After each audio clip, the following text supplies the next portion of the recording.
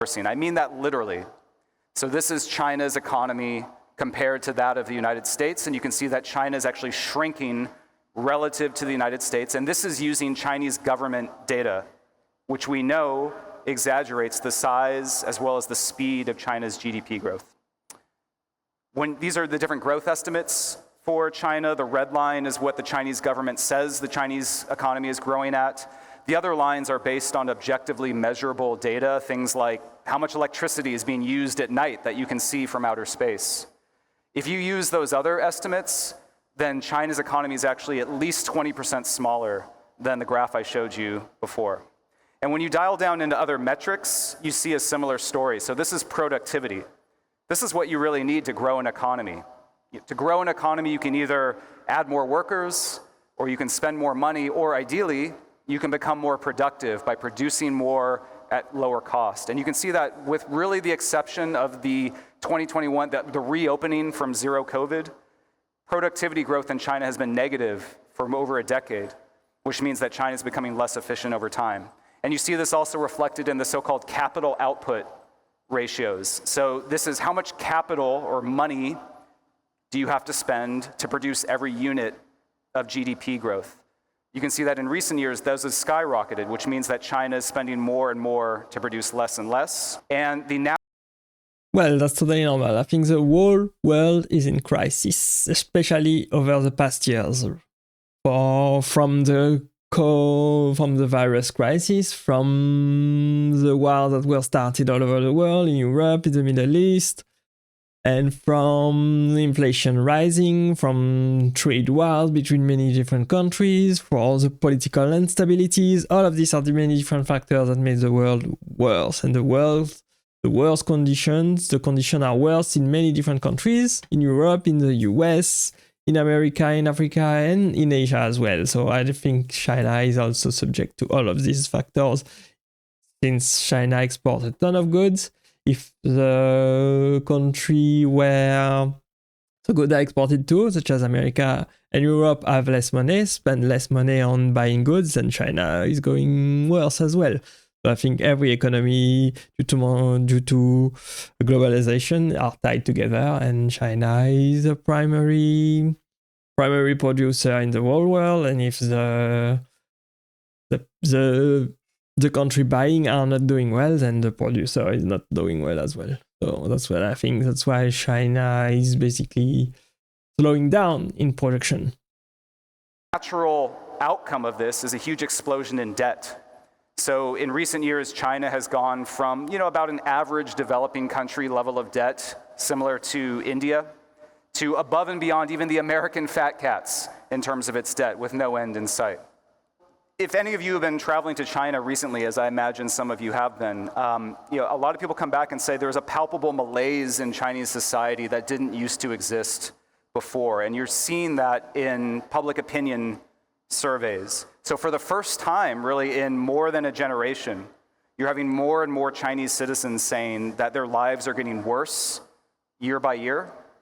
You see this reflected in the so-called lying flat generation, a lot of the youth who can't find jobs commensurate with their education level. You see it in the capital flight, the wealthy who are trying to get their kids and their money out of the country as quickly as possible. A whole host of indicators suggest that all is not right with China's economy. And I think a lot of people have been saying. Yes, that's another huge problem, is the population declining. I think since the population declining all over the world, in America, in Europe, in Asia, there's going to be less good produce because the workforce is going to be declining. So some jobs are going to be replaced by robots, but some jobs still need high-skilled people to do the job. And if nobody is making babies anymore, then who's going to do the difficult job? Not sure. This slowdown in China's economy was entirely predictable. A lot of people think that the rise of China was the normal thing, that China would just rise forever, that's just what it does, and that anyone who argues that it's going to slow down doesn't know what they're talking about. But in retrospect, we now know that China's rise was the exceptional event. It was the weird thing that usually does not happen in the international system, and it was propelled by a few fleeting circumstances, a few fleeting tailwinds that have now become headwinds that are dragging China back down. So I just want to walk you through some of these. The The first of these tailwinds turned headwinds is just basic security. For much of the last 40 years, China has had the most secure geopolitical position of any time in its modern history. And that's really important because China, as you know, is in a very rough neighborhood. It's surrounded by 19 countries, most of which are powerful or unstable or both. If you've played the geopolitical board game Risk, you know that trying to hang on to the territory of China is damn near impossible, and that's what China has to do every single day. And for big parts of its modern history, China failed to do this. So for 100 years from the... Well, what I think is that China was growing very, very fast from a underdeveloped country to a developed country. So now that China is a developed country and is probably gonna surpass the United States at some point very time soon, of course the growth is not sustainable. Of course the growth is slowing down. But I still think that the China GDP, China's economy is still going to grow over the next couple of years. I believe that is the case, and that we will see China going back on its own 2 feet and try to produce more and more goods, finding new trade avenues, probably with the Middle East, with Russia, in Africa as well, even if it's doing less business with America and with Europe due to tariff and trade wars. It's still gonna find a way to manage to grow. First Opium War in 1839 until the end of the Chinese Civil War in 1949, China just gets ripped apart by imperialist powers. It collapses into 2 of the worst civil wars in history. And then even after the Chinese Communist Party unifies the country in 1949, China almost immediately becomes the chief enemy of the United States because of the Korean War and the direct fighting between the 2 countries. And then 10 years later, China's alliance with the Soviet Union falls apart. And so by the 1960s, China is the top enemy of both Cold War superpowers. And not surprisingly, it's isolated and impoverished. So it's not till 1971 and the opening to the United States that China starts to get some reprieve from this geopolitical vice, because now it has a superpower on its side. And the Americans actually warn the Soviet Union on multiple occasions, do not attack China, otherwise we're gonna have a problem with that. The Americans also fast-track China's entry into Western markets, and the timing of China's opening up is perfect. So China starts to join the global economy right as this period that we now call hyper-globalization kicks in. So this is the period where in 30 years, from the 1970s to the early 2000s, world trade and investment surges 6+fold. China both propels and rides this wave to become what we know of it today, which is this dominant workshop of the world, a huge manufacturing power, and a rising economy.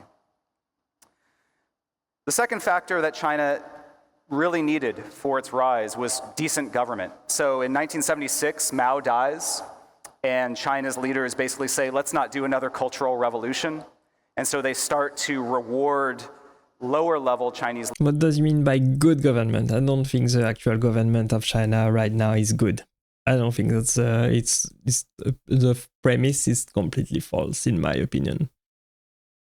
Leaders for good economic performance, not just blind loyalty to the Chinese Communist Party. Actually, ironically, the Cultural Revolution itself so destroyed the state planning apparatus that there just weren't as many Chinese bureaucrats running around telling the peasants what they could and couldn't do. And so the Chinese people were partially freed from that rigid state plan, and they basically formed quasi-private markets and industries and started trading, and you had this big boom of economic activity. And the Chinese Communist Party eventually started to begrudgingly accept that and then expand the range of quasi-private markets around the country.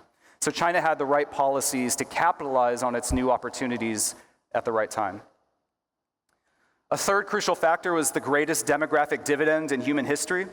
So for a big part of the last 35 years, China had anywhere between 10 to 15 workers available to support every elderly retiree. That's 2 to 3 times the global average, and it's the Yeah, that's huge. That's probably one of the most important factors for a country to grow its GDP and its economy. It's the workforce. You have to have cheap labor, you have to have a lot of people and young people willing to work hard to make the economy grow, to work the difficult job. to learn in school and discover new technologies and advance the country towards the next step of its economic growth. I think population is a very, very important factor, and unfortunately, the global demography of the world is declining, and we should definitely try and reverse that one before it's too late. Unrepeatable result of China's very peculiar population history. Basically, in the 50s and 60s, Mao inherits this country that has been decimated by decades of war and strife, and he wants to turn China into a superpower. And so the Chinese government starts to incentivize Chinese families to have lots of children, and they do. And so the population explodes by 80% in 30 years. But then the Communist Party starts to worry about overcrowding. And in the late 1970s, they implement the one-child policy. And so that's probably a huge mistake. That was probably one of the biggest mistakes in China's history with the one-child policy. Of course, as the population gets educated, then the contraception is implemented and hugely available everywhere, then people are going to make less and less children, unfortunately, especially since young people nowadays consider the future uncertain, with wars, with economic difficulties, with financial difficulties, with the climate crisis. But we have to try and reverse that. Hopefully it will change soon. For much of the last 35 years, you've had this baby boom generation in the prime of their working lives.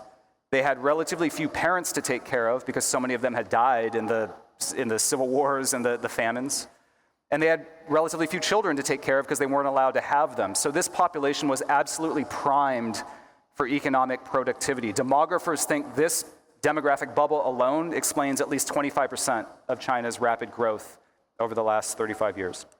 And then the final factor that China had going for it that was really crucial for its rise was abundant natural resources. So up until fairly recently, China was almost self-sufficient in just basic things like water, food, energy resources. And this made growth very cheap because raw materials were cheap. You could just set up a factory, plow through the raw materials, and grow very quickly. So really from the early 1970s up until I would say the early 2010s, China had these four factors working for it to varying degrees. But now each of these assets are becoming liabilities that are starting to drag China down. And this is why we shouldn't expect a major turnaround in the Chinese economy anytime soon. Yeah, I agree. That's what's happening. Security with wars going on all over the world, in the Middle East, in Europe. There's going to be some problem. There's going to be some huge security problems. There is going to be some huge geopolitical issues between China and the West, especially. And then the government is not that good anymore, unfortunately. It's a kind of a tyrannical government, if you ask me. Demography is also really bad because basically natality is plummeting. People are not making a lot of children anymore. Unfortunately, the workforce is going to be declining, the population is going to age at some point, and the resources are going to go out. Probably not in the next couple of years, but resources on this planet are not infinite. They're going to go out at some point, and we're going to have to start looking into space resources if you want to survive. So for starters, China's just running out of resources. Half of its rivers are gone. 60% of its groundwater is so polluted that the Chinese government has said it's unfit for human contact, so you can't touch the water. So that means you can't use it even for agriculture or industry, let alone to drink. Beijing has about as much water available per capita as Saudi Arabia does. It's a similar story in terms of energy resources. So China's plowed through most of its exploitable oil, even coal is becoming scarce. So as a result, China is now the top importer of energy resources around the world. It's also the top food importer in the world. China can't feed itself anymore because half of its farmland has either become so polluted you can't use it or it's just turned into desert. And so raw material costs in China have gone up substantially in recent years, and that makes economic growth much more expensive. It's 3 times more expensive to produce each unit of GDP today than it was in the 2000s, and that's rising. At the same time, China's running out of people. So that baby boom generation I mentioned earlier is now retiring and falling onto the backs of a tiny one-child generation. Just over the next 10 years, China is going to lose more than 70 million working-age adults. It's going to gain more than 130 million senior citizens. That's like taking an entire France of workers, consumers, taxpayers out of the country and adding an entire Japan of elderly pensioners, and it's going to happen just in the next 10 years. That 15-to-1 ratio I mentioned earlier of workers to retirees, that's going to collapse to 2-to-1, 2 workers available to support every retiree by the late 2030s. Now, managing these problems is going to be increasingly difficult because China is now run by a dictator who consistently sacrifices economic efficiency to enhance his political power. The zero COVID lockdowns, the crushing of Hong Kong, those are just the most obvious examples. The channeling of subsidies to state-connected firms, the anti-corruption drive that has scared lower-level officials from engaging in any kind of experimentation or entrepreneurship because they don't want to ruffle. I totally agree with what he's saying right there. He makes some very, very valid and very good point, and we should listen carefully to what he's saying right there. The wrong feathers, disrupt the wrong patronage network, and end up the target of an anti-corruption probe. The censoring of negative economic news, so youth unemployment data is going off the charts and then that's just eliminated. All these things just make it harder to course correct in the middle of an economic downturn and don't bode well for China's economy. And then finally, China's starting to lose some of that easy access it had to rich country markets, technology, and capital. So the United States obviously is waging a sort of trade and tech war against China. The European Union, Japan to varying degrees are starting to follow suit. And so China just faces thousands of new trade and investment barriers every year that it didn't face as recently as 10 years ago. And at the same time, China's security environment is also starting to look a lot more dangerous. So this is a map of US military bases that are currently being expanded. You don't need to be a strategic genius or attend the World Knowledge Forum to understand the basic story that's going on here. This is what Xi Jinping calls all-around encirclement by the United States. So China's boom now is finally coming to an end, and unfortunately it's having shockwaves for lots of other countries today because so many economies tied their fortunes to a rising China. I agree. China is a huge market and people sell tons of goods in China, and China exports a ton of goods as well to other countries. And if China is doing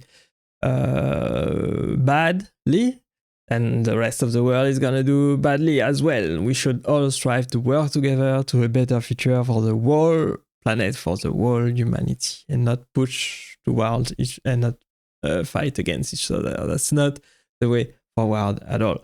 I hope you enjoyed this video with me today, guys. I hope you like this video. Thanks for watching and staying with me. Click right there to watch the next video, and I will see you there. Bye bye.